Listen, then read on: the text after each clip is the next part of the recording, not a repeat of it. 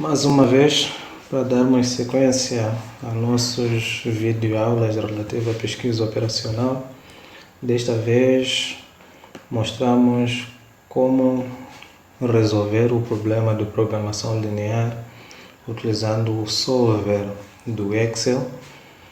Aqui tenho um problema de maximização sujeito às restrições. Entanto, para resolvermos o problema de programação linear utilizando o Excel, é preciso que o solver esteja habilitado. Se não está habilitado, pode habilitar o solver. Primeiro, para ver se está habilitado, precisa clicar no menu Dados e verificar aqui na ponta. Se estiver ativado, vai aparecer o comando solver. Caso contrário, pode ir para os ficheiros, clicar nas opções, selecionar a opção suplementos, depois clicar em ir e vai verificar nos suplementos se o suplemento solver está habilitado ou não. Se não aparece no menu dados, significa que não está habilitado. Pode habilitá-lo marcando nessa caixa, depois clicar no OK. Eu não vou fazer isso porque para mim o comando solver já está habilitado. Eu vou fechar essa janela. Depois de ter habilitado o comando do solver, agora interessa-nos a configuração da nossa planilha para que possamos pedir que o comando solver resolva o nosso problema. Ok. Estas cores não são demais, simplesmente estão aí por fins estéticos.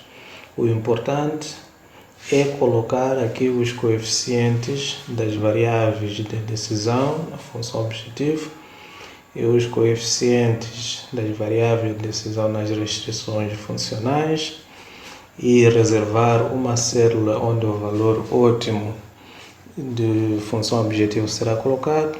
Também reservar as células onde os valores ótimos das variáveis de decisão serão colocados.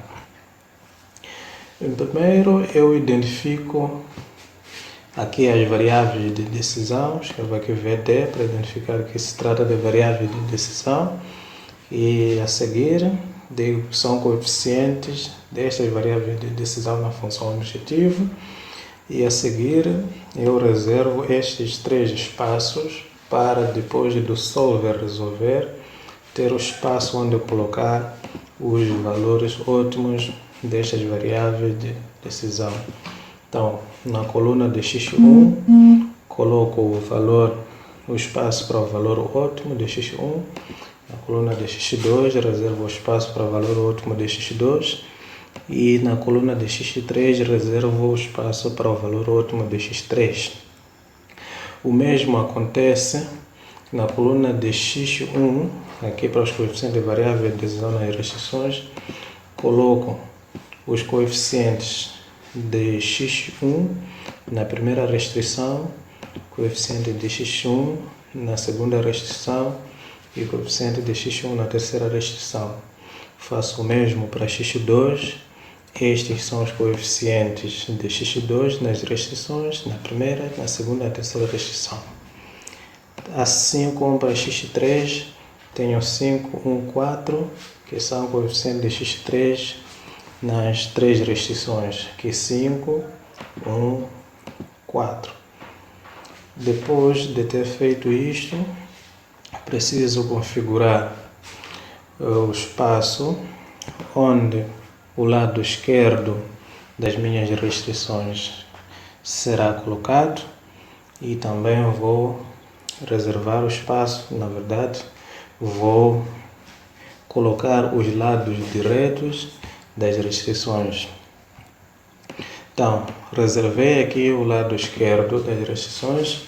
Este lado esquerdo, na verdade, coloca-se mediante uma fórmula. Precisamos escrever o que está escrito aqui na restrição. O lado esquerdo da primeira restrição é composto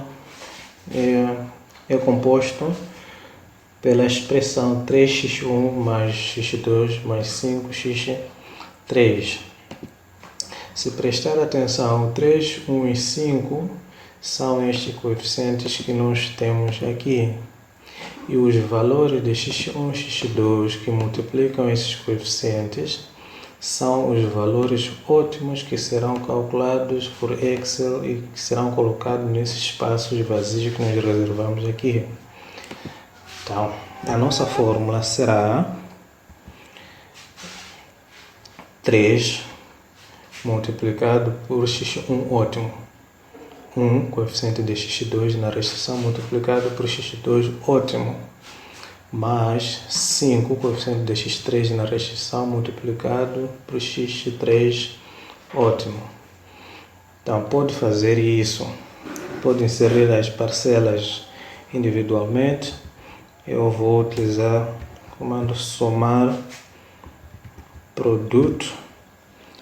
O que eu preciso é somar os produtos dos coeficientes de variável de decisão na primeira restrição por o valor ótimo das variáveis de decisão. Numa primeira fase aparece 0, porque ainda não foi calculado o valor ótimo de variáveis de decisão aqui. E em seguida vou utilizar a mesma forma, somar produto, que desta vez vou utilizar os coeficientes da segunda restrição e vou dizer que vou multiplicar por valores ótimos de x1, x2, x3, que os espaços estão aqui reservados. E vou utilizar também a mesma fórmula para o lado esquerdo da terceira restrição. Então, atenção, no momento em que utilizam o comando somar produto, basta clicar nele, ele te indica o que deve fazer. Aqui diz, tem que colocar a primeira matriz, significa que tem que selecionar o conjunto de valores que serão multiplicados por outros conjuntos. Então, conjuntos de valores que eu quero que sejam multiplicados são estes, já selecionei, e inclusive indica qual deve ser o símbolo que você coloca a seguir para separar os dois conjuntos. Para mim aparece ponto e vírgula, é por isso eu vou colocar ponto e vírgula. Preste atenção na sua planilha, porque na sua planilha pode ser vírgula. Então, se aparecer vírgula, então você escreve vírgula. Se aparecer ponto e vírgula, como no meu caso, então escreva ponto e vírgula. E em seguida vou colocar o conjunto de valores que devem multiplicar ao primeiro conjunto que eu já coloquei. Depois clico Enter. Então, numa primeira fase, os lados esquerdos são zeros. E no espaço que eu reservei para a função objetivo, preciso igualmente colocar a fórmula que vai calcular o valor da função objetivo. Como é que eu faço isto? Tenho que multiplicar os coeficientes das variáveis de decisão na função objetivo e os valores ótimos destas variáveis de decisão. Então, utilizo a função somar produto. Então, coloco o primeiro conjunto, que o Excel chama de matriz, e vou multiplicar pelo segundo conjunto. Então, numa primeira fase os valores são 0, 0, e justifica-se pelo facto de que nesses espaços que nós reservamos para variáveis de decisão ainda não tem nada, e por isso, não tendo nada, é considerado zero, e zero é absorvente da multiplicação. Somados os zeros também vão ser zeros. Tendo feito isto, já temos a nossa planilha organizada, a nossa planilha já programada, e em seguida vamos clicar no comando Solver e eu vou repor tudo para começar de novo aqui. Logo depois de clicar o comando Solver, vai abrir essa pequena janela e o cursor de inserção aparece a piscar no espaço reservado para definir a célula de função objetivo. Então tenho que clicar no espaço reservado para o valor da função objetivo e a seguir tenho estas três opções onde eu preciso selecionar se o meu problema é de maximizar ou é de minimizar, ou o meu problema restringe a função objetivo para um certo valor. O meu problema é de maximizar, então vou deixar máximo aqui selecionado. Se fosse de minimizar, ia selecionar aqui no mínimo, então deixo máximo selecionado. O espaço a seguir está alterando as células de variável. Na verdade, esse espaço é reservado para as células de variável de decisão. Então, vou selecionar aqui. São células reservadas para variáveis de decisão. Estão aqui. Depois disto, vou adicionar as minhas restrições. Começando com a primeira restrição. Então, a janela que abre depois de selecionar o espaço para inserir as restrições tem a configuração de lado esquerdo e lado direito que nós definimos aqui.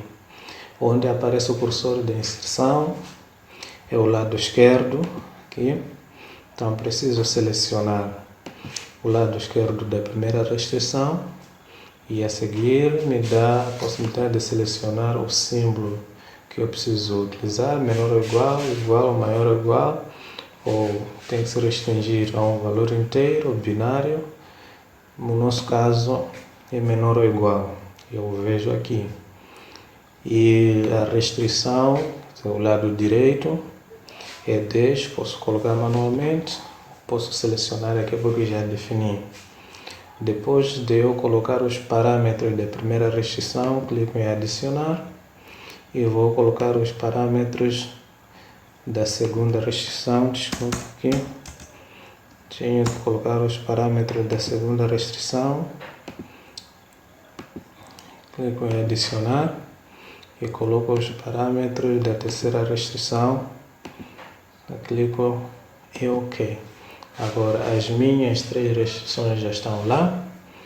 A última restrição de não negatividade pode ser inserida manualmente, mas também ela já aparece aqui. Já aparece uma informação que restringe as variáveis de decisão a não serem negativas, como diz, tornar não negativas as variáveis não constrangidas. Então, já tenho toda a minha configuração aqui.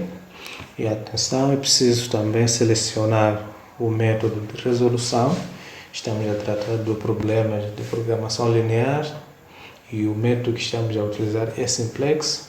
Então tem várias opções aqui. A opção correta ou a opção que é válida para nós é esta, simplex, para problemas de programação linear. Nas opções não vamos mexer nada, depois clicamos em resolver. Depois de clicar no resolver, aparece esta caixa com essas informações. O solver encontrou uma solução, todas as restrições e condições de otimização foram satisfeitas. Pretende manter solução do solver ou quer restaurar valores originais. Se clicar no restaurar os valores originais, volta a ter aqueles valores iniciais.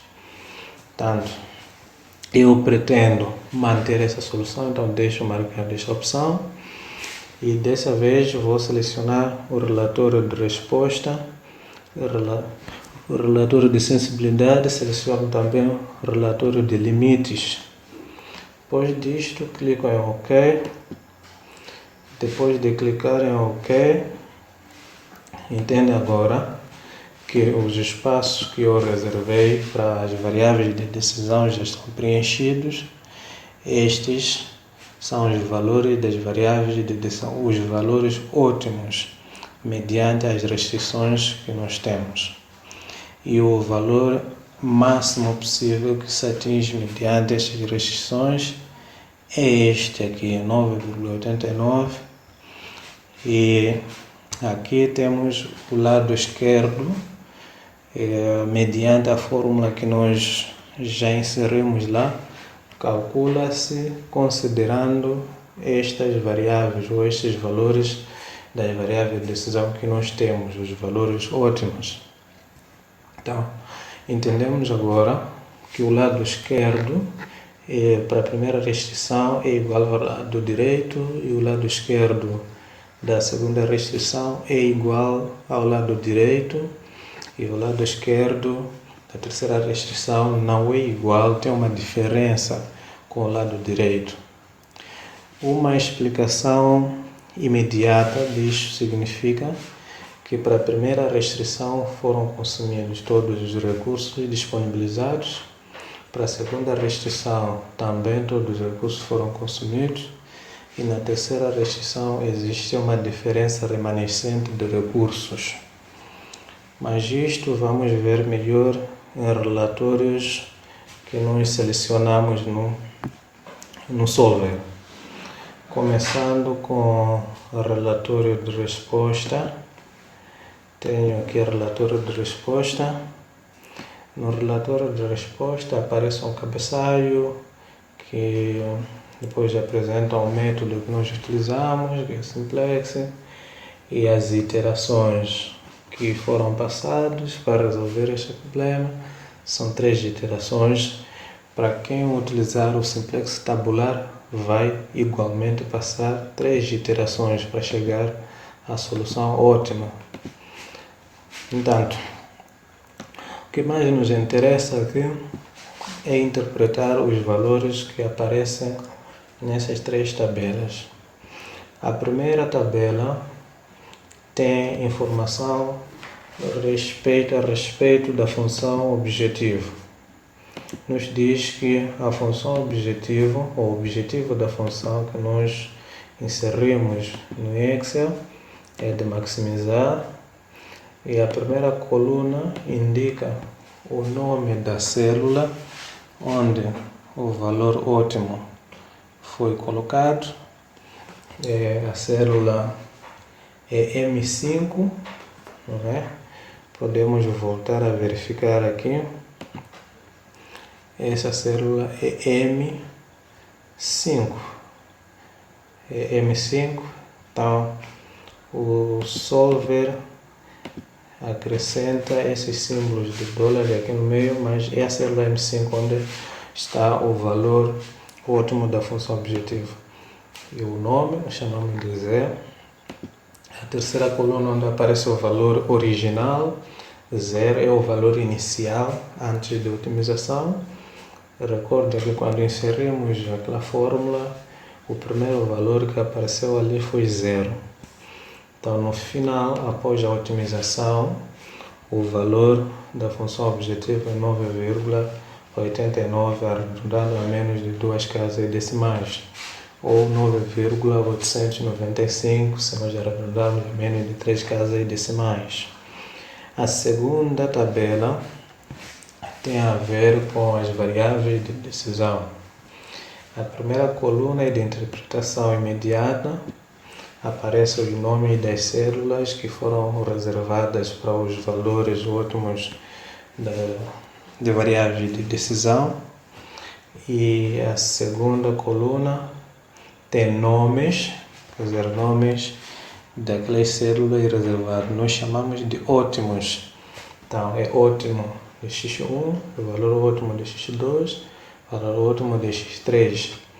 Este nome aqui é extraído aqui na nossa configuração. Chamamos de ótimo de x1, esse aqui é ótimo de x2, ótimo de x3.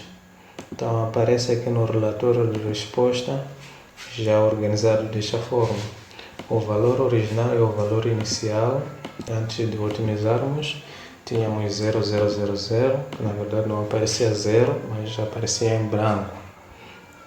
E o valor final se trata dos valores ótimos, valores encontrados após a otimização. Isso que é muito importante conhecer.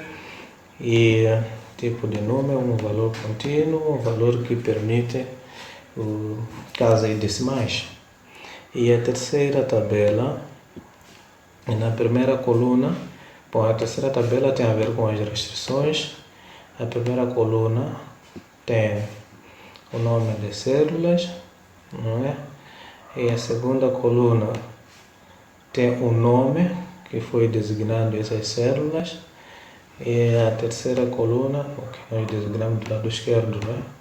E a terceira coluna tem o valor das células, são aqueles valores otimizados, 10, 8 e 6,74, se nós arredondarmos a menos de 2 casas decimais, ou 0,737, se nós arredondarmos a menos de 3 casas decimais. Se nós prestarmos atenção no nosso problema, aparece 6,74, porque aqui está arredondado a menos de 2 casas decimais. Se eu aumentar mais um pouco o espaço aqui, vai... Bom, não me permite aumentar porque está programado, mas se tivesse reservado mais espaço aqui, ia arredondar a menos de 3 casas decimais. Voltando para o meu relatório, estou no relatório de resposta. Ok. A coluna a seguir mostra a fórmula que foi utilizada na programação, lá no Solver, quando nós inserimos os parâmetros, nós dizemos que o lado esquerdo tem que ser menor ou igual ao lado direito. Então, estes são os lados esquerdos, não é? São o nome das células, onde o lado esquerdo de cada restrição fica. Deste lado temos os nomes das células de cada lado direito das restrições que nós temos. E no meio temos o símbolo que nós utilizamos, que foi menor ou igual. A interpretação é imediata. Aqui no estado aparece enlace, e geralmente aparece enlace quando não existe uma margem. Em outras palavras, o lado esquerdo e o lado direito é exatamente igual. Sem enlace, se haver uma diferença entre o lado esquerdo e o lado direito, em outras palavras, os recursos disponibilizados não foram consumidos na totalidade. Então, é o que nós temos no relatório de resposta. No relatório de limites, vamos passar para o relatório de limites e vamos terminar com o relatório de sensibilidade. No relatório de limites, a primeira tabela nos mostra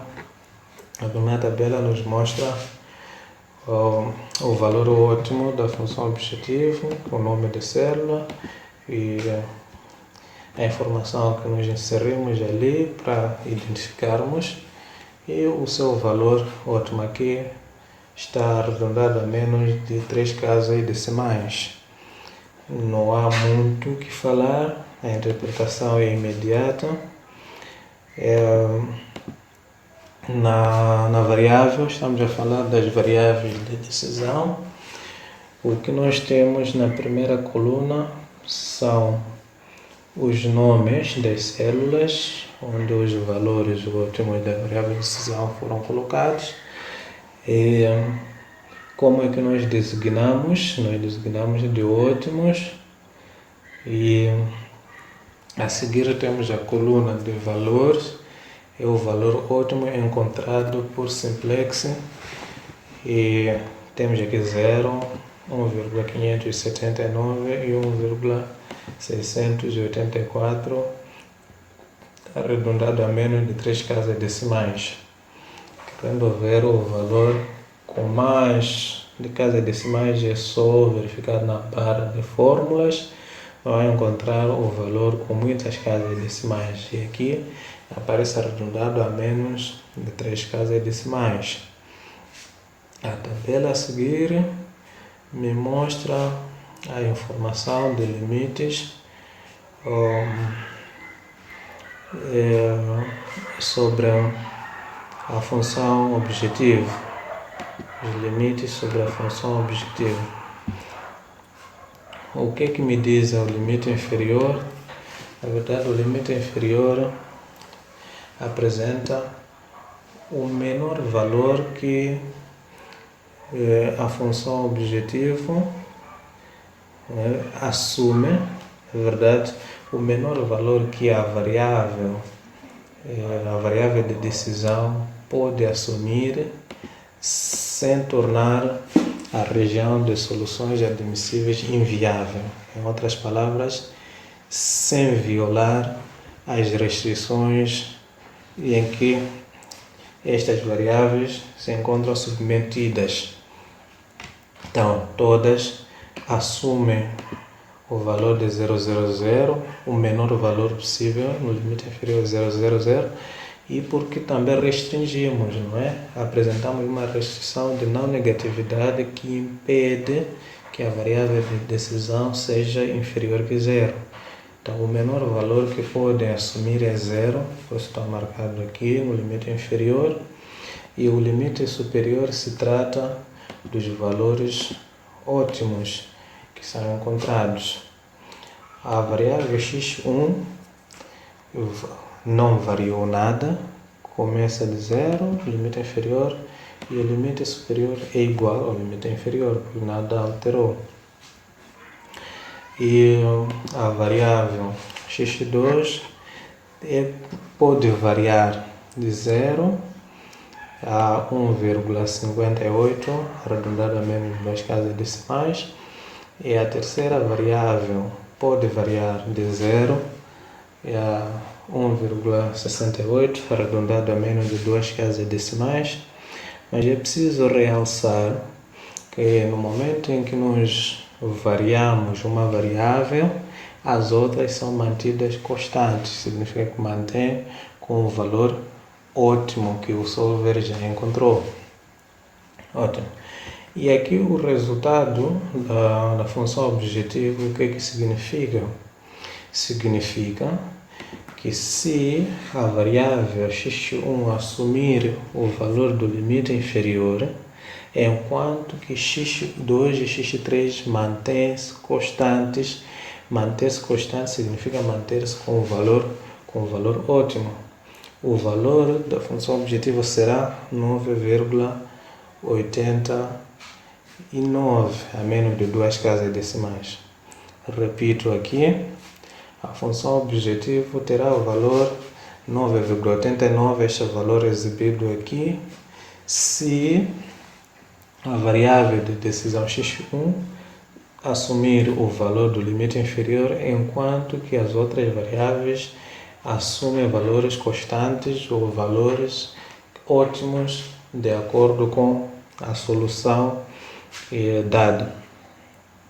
Então, se o x2 assumir o valor do limite inferior e x1 e x3 manter-se constante, significa se x1 e x3 manter-se com o valor ótimo, o valor da função objetiva será de 6,737 a menos de 3 casas decimais. A mesma interpretação se faz para o terceiro caso, que estaremos a dizer que se o valor de x3 assumir o valor do limite inferior, enquanto x1 e x2 assumem os valores ótimos. Então, a função objetivo será 3,16 a menos de 2 casas decimais, ou 3,158 a menos de 3 casas decimais. O mesmo acontece aqui, só que desta vez estamos a falar do limite superior. Aqui diz-me que se x1 assumir o valor do limite superior e as outras variáveis de decisão assumir os valores constantes ou os valores ótimos, o valor da função objetivo será este. Aqui me diz se a variável x2 assumir o valor do limite superior, enquanto as outras restantes assumirem valores constantes, significa valores ótimos, o valor da função objetivo será este. Aqui também me diz a mesma coisa.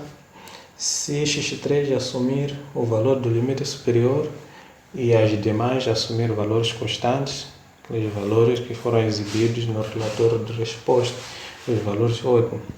Se prestar atenção, vamos ver que o valor de função objetivo não altera em função de quais valores estão sendo mantidas ótimas e a outra está sendo variada ou está a assumir o limite superior. Isto acontece por simples motivos.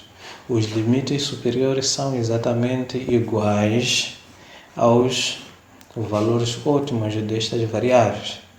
Então, ao dizer que esta variável assume o limite superior, em outras palavras, está igualmente a dizer que esta variável está a assumir o seu valor ótimo. E ao dizermos que as restantes mantêm-se constantes, estamos a dizer que mantêm-se com os valores ótimos. É por isso a função objetivo não varia aqui, como acontece nos limites inferiores. É basicamente isso que nós temos no relatório de limites. Agora vamos para o relatório de sensibilidade. É importante conhecermos o significado de cada item que consta aqui. O relatório de sensibilidade, para além de cabeçalho, apresenta essas duas tabelas. A primeira faz uma variação da variável de decisão e a segunda tabela faz uma apreciação sobre as restrições. Vamos à primeira tabela. A primeira coluna mostra os nomes das células, e a segunda coluna os nomes que as células onde os valores ótimos das variáveis de decisão colocados. E a terceira coluna mostra o valor final, na verdade os valores ótimos, os valores que foram calculados, os valores otimizados. E em seguida aparece a informação de custo reduzido. O custo reduzido, tínhamos falado um pouco sobre ele. Sabemos que o custo reduzido nos diz enquanto nós devemos aumentar ou diminuir o coeficiente da respectiva variável na função objetivo de maneiras que se torne a variável básica. Isto só acontece para variáveis que não estão na base. As variáveis básicas têm um custo reduzido zero, porque o custo reduzido nos diz o quanto devemos mexer o coeficiente da respectiva variável para que se torne uma variável básica, uma variável que entra na base. Aqui temos menos 1,53 e a seguir temos os coeficientes da função objetivo, que 1, 2, 4 são os valores que nós temos aqui. 1, 2, 4, esses coeficientes. Então, o nosso valor do custo reduzido é relativo a este coeficiente. Diz que esse coeficiente precisa variar em cerca de vou olhar aqui, cerca de 1,53 unidades e para cima, neste caso, como podem ver aqui, é permissível aumentar 1,52 a menos 53 a menos de 3 casas decimais. Ok. E é permissível diminuir. É verdade que pode variar, sim. É permissível diminuir o quanto quisermos. Esta aqui é uma forma do Excel dizer-nos infinito, não é? É uma forma do Excel nos dizer que se trata de um valor infinito. Um fator de exponencial elevado a 30.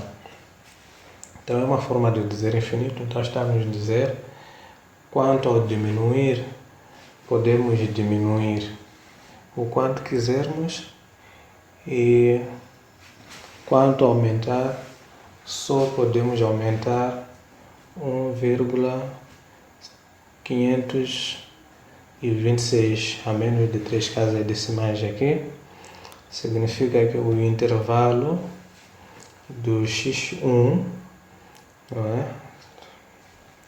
Na verdade, o intervalo do coeficiente de x1 na função objetivo vai desde menos infinito, se nós somos permitidos diminuir qualquer valor que nos interessar, então vamos dizer que varia desde menos infinito, não é? E terá que parar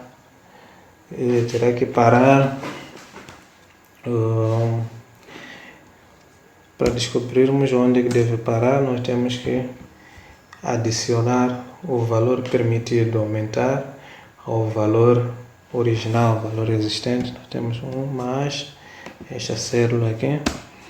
Então o intervalo de variação do coeficiente de x1 na função objetiva é de menos infinito até 2,53 a menos de 2 casas decimais. Esta interpretação vale igualmente para segundo, terceiro coeficientes. Importa referenciar que estes coeficientes, o relatório que se faz aqui não nos permite fazer a variação simultânea desses coeficientes. É a variação de cada coeficiente enquanto os outros coeficientes são mantidos constantes. Enquanto nós variamos o coeficiente de x1, o coeficiente de x2 e o coeficiente de x3 são mantidos constantes. E podemos observar, é permitido aumentar 14 unidades, significa 2 mais 14 temos 16, é o limite superior, e temos 2 menos 1,2, vamos ter 0,8, então o intervalo de variação do coeficiente de x2 na função objetivo vai ser de 0,8 até 16.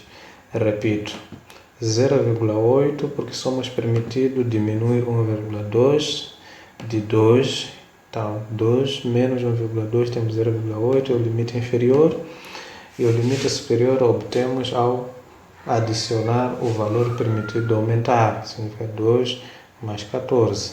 E aí concluímos que o intervalo de variação do coeficiente de x2 na função objetivo é de 0,8 até 16.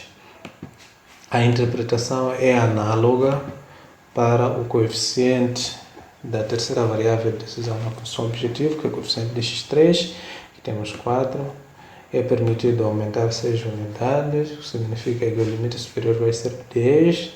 É permitido aumentar 2,6 a menos de 2 casas decimais, 10 a menos de uma casa decimal, significa que vamos ter um limite inferior de 1,4.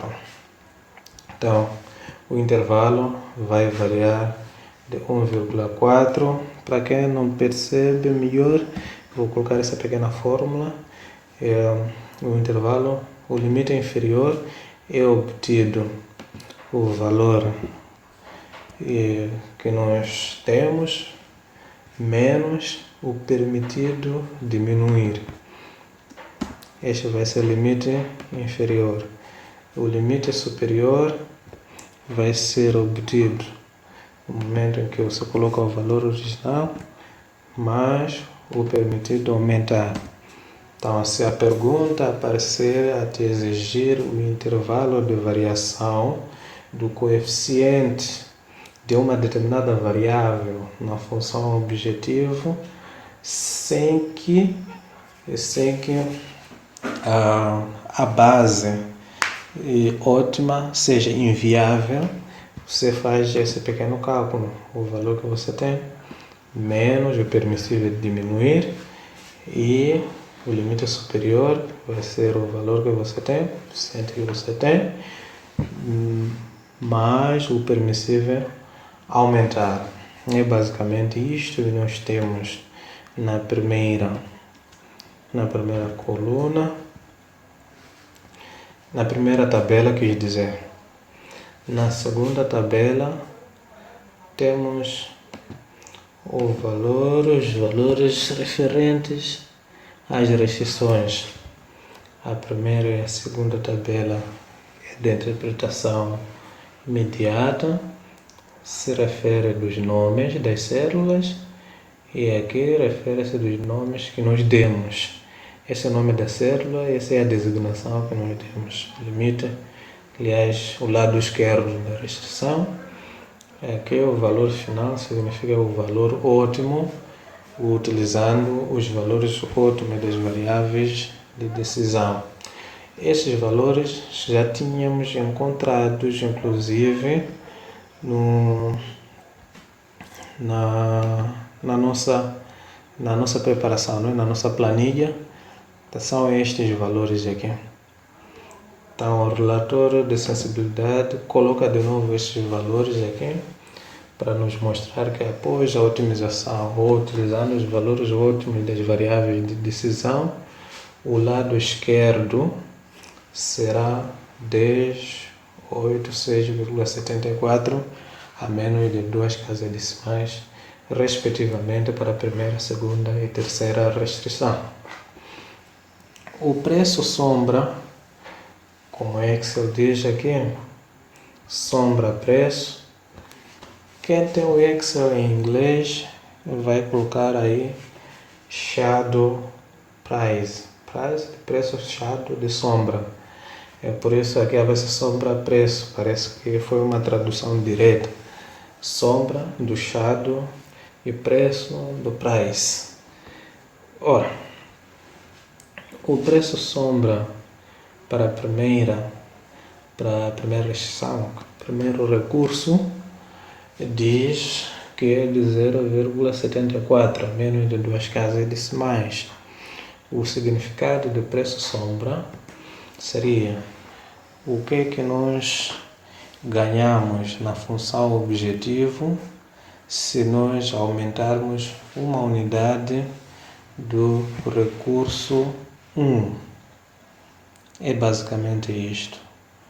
O ganho na função objetivo a cada unidade do recurso 1. E aqui ganhamos 0,32 a menos de 2 casas decimais na função objetivo se nós aumentarmos uma unidade do recurso 2.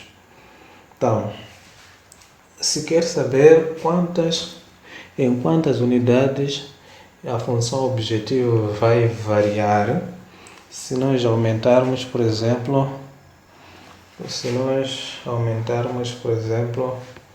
2 unidades, a única coisa que você faz, fazer OK. Então, eu vou aumentar 2 unidades do recurso 2, então eu vou multiplicar pelo preço sombra respectivo. Então, está claro que se eu aumentar 2 unidades do recurso 2, eu vou ter 0,63 unidades adicionais na função objetivo. O mesmo acontece aqui. Se eu aumentar 2 unidades do recurso 1, então terei 1,47 a menos de 2 casas decimais na função objetivo. Só que estes valores aqui, que representam o ganho, que ainda na terceira restrição não ganhamos praticamente nada, isto aqui acontece porque ainda existe uma margem de recursos não utilizados.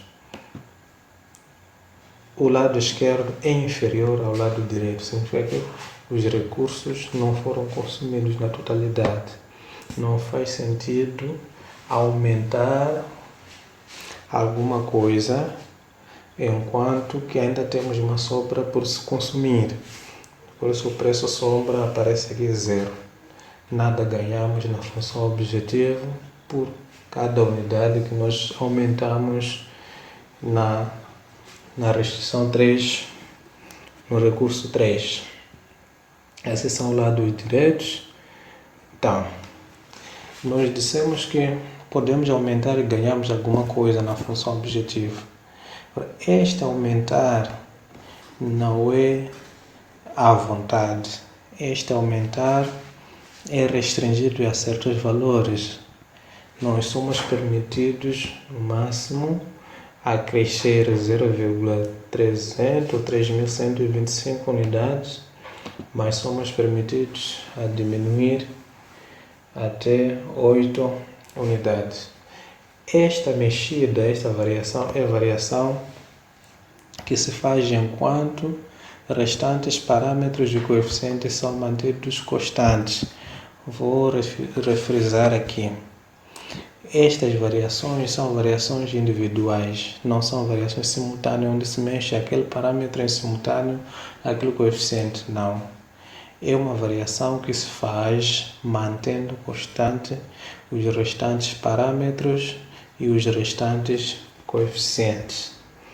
O que quer dizer que do valor que nós temos, este aqui é o valor final, o valor atual, não é? Somos permitidos aumentar apenas 0,31. Significa 10 mais 0,31. Então, se alguém perguntar, por exemplo, o quanto podemos ganhar se nós atingirmos o máximo permitido, precisamos saber que só somos permitidos aumentar 0,31. Então, você faz esse pequeno cálculo. Inclusive, vou chamar essas células. Ok. Permissível aumentar multiplicado pelo preço sombra, que ganho 0,23. Em seguida, o que se ganha se nós atingirmos o máximo permitido? Na restrição 2, eu faço esse pequeno cálculo, permissível aumentar, não é? Multiplicando por o valor do preço sombra. Então, ganho 10,10. Ok. É verdade que ganho mais. Então, minha bateria ficou fraca. Ok. É verdade que ganho mais a cada unidade adicional na primeira restrição, mas também existe um problema aqui no permissível aumentar. Inclusive, aqui só permitido aumentar 32 unidades. 32 unidades. Parece que se nós optarmos por olhar o máximo que se permite aumentar em cada restrição, nós podemos optar por aconselhar aumentar na segunda restrição. Se a análise cingir-se no permissível aumentar, o máximo que se pode atingir a cada restrição sem que sem violar a base inicial, sem violar o modelo em si, sem violar o modelo. Então, nós optamos por aumentar aqui, porque temos a liberdade de aumentar 32 unidades. Ora, aqui só podemos aumentar 0,31, o que não é grande coisa. Então, é preciso conjugar essas duas informações. A primeira informação é quanto é que se ganha por cada unidade adicional. Se nós interpretarmos em função do que se ganha por cada unidade adicional do recurso em causa, nós podemos optar em aumentar o recurso 1. Mas, se conjugar com a segunda informação do permissível aumentar, aqui falamos de aumentar e não diminuir, porque o nosso objetivo é de maximizar, não é? Se nós disponibilizarmos mais recursos e fabricamos mais, e a nossa função objetivo se torna maior, e em 0,737 unidades, olhando para a primeira restrição. Só que existe uma margem muito pequena permitida para aumentar. Se nós conjugarmos essas duas informações e atendendo que os gestores do programa têm muitos recursos, ou tem possibilidade de adicionar muito mais recursos, fica inviável, fica não racional aconselhar apenas disponibilizar para aqui, mas sim, vamos dizer que okay, se tiver possibilidade de aumentar mais recursos, aumenta aqui, porque se nós aumentarmos aqui, não vamos tornar o nosso modelo inviável, não vamos violar as nossas restrições tão cedo. Nos preocuparemos se atingirmos o máximo, não? O maior valor permitido aqui. Então, o máximo vai ser 8 mais 32, então vamos ter 40 unidades, e o permissível é diminuir é 1,25. Então, 8 menos 1,25, temos o limite inferior. Vou fazer este pequeno ensaio aqui. Tenho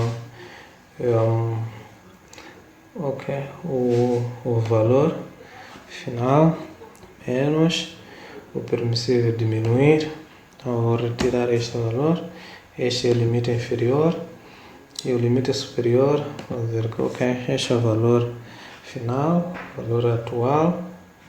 Desculpa, estou aqui, ser igual, sim, ao valor atual, mais o permissível aumentar.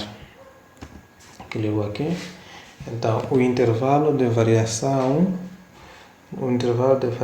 do recurso 2 é de 6,75 a 40, sem que o nosso modelo se torne inviável, sem que as nossas restrições sejam violadas. Repetindo, esta variação é feita individualmente para cada situação, não está-se a tratar de variações simultâneas. Enquanto variamos a restrição 2, a restrição 1, a restrição 3, todos os outros parâmetros são mantidos constantes. Muito obrigado. Ficamos por aqui quanto a relatórios ou reportar dos resultados obtidos no solver do Excel, programação linear.